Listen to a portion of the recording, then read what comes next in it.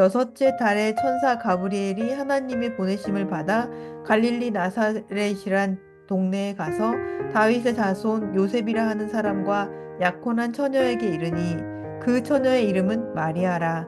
그에게 들어가 이르되 은혜를 받은 자여 평안할지어다. 주께서 너와 함께 하시도다 하니 처녀가 그 말을 듣고 놀라 이런 인사가 어찌함인가 생각하매 천사가 이르되 마리아여 무서워하지 말라.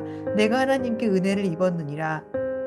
보라, 내가 잉태하여 아들을 낳으리니 그 이름을 예수라 하라. 그가 큰 자가 되고 지극히 높으신 이의 아들이라 일컬어질 것이요 주 하나님께서 그 조상 다윗의 왕위를 그에게 주시리니 영원히 야곱의 집을 왕으로 다스리실 것이며 그 나라가 무궁하리라. 마리아가 천사에게 말하되 나는 남자를 알지 못하니 어찌 이 일이 있으리이까. 천사가 대답하여 이르되 성령이 내게 임하시고 지극히 높으신 이의 능력이 너를 덮으시리니 이러므로 나실 바 거룩한 이는 하나님의 아들이라 일컬어지리라. 보라, 내 친족 엘리사벳도 늙어서 아들을 배었느니라. 본래 임신하지 못한다고 알려진 이가 이미 6달이 되었나니 대저 하나님의 모든 말씀은 능하지 못하심이 없느니라. 마리아가 이르되 주의 여종이오니 말씀대로 내게 이루어지이다 하매 천사가 떠나가니라. 이때 마리아가 일어나 빨리 산골로 가서 유대 한 동네에 이르러 사가랴의 집에 들어가 엘리사벳에게 문안하니 엘리사벳이 마리아가 문안함을 들음에 아이가 복중에서 뛰노는지라. 엘리사벳이 이 성령의 충만함을 받아 큰 소리로 불러 이르되 여자 중에 내가 복이 있으며 내 태중의 아이도 복이 있도다. 내 주의 어머니가 내게 나아오니 이 어찌 된 일인가. 보라, 내 문안하는 소리가 내 귀에 들릴 때에 아이가 내 복중에서 기쁨으로 뛰놀았도다. 주께서 하신 말씀이 반드시 이루어지리라고 믿은 그 여자에게 복이 있도다. 마리아가 이르되 내 영혼이 주를 찬양하며 내 마음이 하나님 내 구주를 기뻐하였음은 그의 여종의 비천함을 돌보셨음이라. 보라, 이제 후로는 만세의 나를 복이 있다 일컬으리로다. 능하신 이가 큰 일을 내게 행하셨으니 그 이름이 거룩하시며 극률하심이 두려워하는 자에게 대대로 이르는도다. 그의 팔로 힘을 보이사 마음의 생각이 교만한 자들을 흩으셨고 권세 있는 자를 그 위에서 내리치셨으며 비천한 자를 높이셨고 줄이는 자를 좋은 것으로 배불리셨으며 부자는 빈손으로 보내셨도다. 그 종 이스라엘을 도우사 긍휼히 여기시고 기억하시되 우리 조상에게 말씀하신 것과 같이 아브라함과 그 자손에게 영원히 하시리로다 하니라. 마리아가 석 달쯤 함께 있다가 집으로 돌아가니라. 제사장 사가랴와 그의 아내 엘리사벳에게는 후사가 없었습니다. 나이가 너무 많아서 이제 다 포기하고 체념한 그런 상황이었습니다. 그때 제사장 사가랴는 가브리엘 천사로부터 아들이 태어날 것이다 라는 예언을 듣게 됩니다.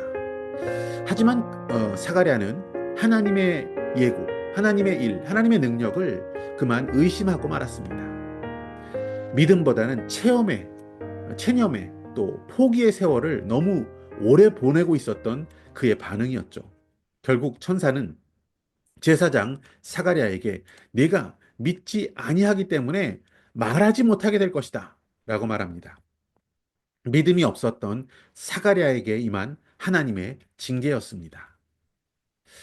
자, 오늘 본문을 잘 들여다보시면 이 사가랴 제사장의 모습과는 대조적인 한 사람이 나옵니다. 믿음의 여인이죠. 그 믿음의 여인이 오늘 본문에 등장하고 있습니다. 누굽니까? 마리아입니다.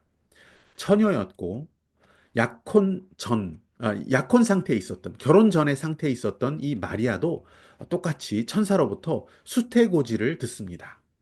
남자를 가까이 한 적도 없는데 마리아가 아이를 낳게 되었다는 것이죠. 사회 통념상 있어서는 안 될 이 일이 자신에게 벌어지게 된 것입니다. 하지만 마리아는 믿음으로 감당하겠다라고 다짐하고 있습니다. 그러한 마리아의 믿음, 너무나 아름다웠습니다. 사가랴처럼 오랜 세월 어떤 직분, 제사장 직분을 가지고 살아온 것도 아니었고 세상적으로 인정받고 어떤 내세울 만한 것도 하나도 없는 마리아라는 여인. 이 마리아는 사가랴라는 제사장보다 더 뛰어난 것이 있었습니다. 무엇입니까? 믿음이었습니다. 마리아의 믿음. 믿음으로 마리아는 예수를 잉태한 여인으로 하나님께 택함을 받았던 것입니다. 이 땅에 구원의 길을 여시는 하나님의 도구로서 믿음의 사람 마리아가 쓰임 받았습니다. 마리아는 성령 충만하여서 하나님을 찬미하기 시작합니다.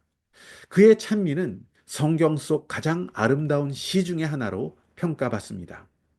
46절부터 시작되죠. 내 영혼이 주를 찬양하며 이렇게 시작되는 마리아의 찬미. 오직 믿음으로 구원을 베푸시는 여호와 하나님과 그 놀라운 능력, 은혜를 감동적으로 마리아는 찬양하고 있습니다. 잠시 시를 들여다보자면 51절부터의 말씀을 읽어보겠습니다. 그의 팔로 힘을 보이사 마음의 생각이 교만한 자들을 흩으셨고 권세 있는 자를 그 위에서 내리치셨으며 비천한 자를 높이셨고 줄이는 자를 좋은 것으로 배불리셨으며 부자는 빈손으로 보내셨도다. 마리아는 교만한 자, 권세 있는 자, 부자가 아니라 겸손하고 낮은 자, 줄인 자에게 은혜를 베푸시는 분이 우리 주님이시다. 비천하고 지극히 평범하고 연약하지만 믿음으로 살려 하는 자, 여호와의 구원의 능력을 신뢰하고 붙드는 자를 돌보시는 하나님의 은혜를 아름답게 시로 노래하고 있습니다. 마리아는 믿음의 찬미를 하나님께 올려드릴 수 있는 그런 사람이었던 것입니다. 하나님은 믿음을 보십니다. 다윗과 같은 막내 아들 목동도 그의 믿음을 보시고 하나님은 그를 왕으로 기름 부으셨습니다. 베드로와 같은 시골 변방 어부도 믿음으로 살겠다라고 주님을 따랐을 때 예수님의 수제자가 되는 길에 서게 하신 분이십니다. 하나님은 믿음을 보고 믿음의 사람을 부르고 사용하십니다. 49절에서 마리아는 이렇게 노래하죠. 능하신 이가 큰 일을 내게 행하셨으니 그 이름이 거룩하시며 믿음의 사람 마리아를 통해 하나님은 정말 큰 일을 행하셨습니다. 정혼한 상황이었습니다. 아직 결혼하지 않은 상황이었죠. 성령으로 임신하게 된 마리아. 동네 사람들에게 손가락질 당하고 돌에 맞아야 할 위험. 약혼한 그 남편 요셉에게 버림받을 수 있었던 그런 위험이 있었지만 마리아는 크고 놀라우신 하나님만 신뢰하는 마음으로 평안함 가운데 믿음으로 찬미를 드리고 있습니다. 정말 어린 소녀에 불과한 이 마리아의 노래는 그 어떤 선지자의 시보다, 그 어떤 제사장의 연설보다도 아름답습니다. 그의 겸손이, 그의 믿음의 삶이 아름다운 시가 되어 흘러나왔던 것이죠. 믿음으로 하나님의 일을 기대한 마리아처럼 우리도 믿음으로 하나님 앞에 쓰임받을 수 있는 자가 되기를 원합니다. 보라, 내가 새 일을 행하리니 이제 나타낼 것이라. 믿음으로 하나님의 큰 복, 새 일을 행하시는 하늘의 신령한 복을 누릴 수 있는 저와 여러분 되시기를 축복합니다.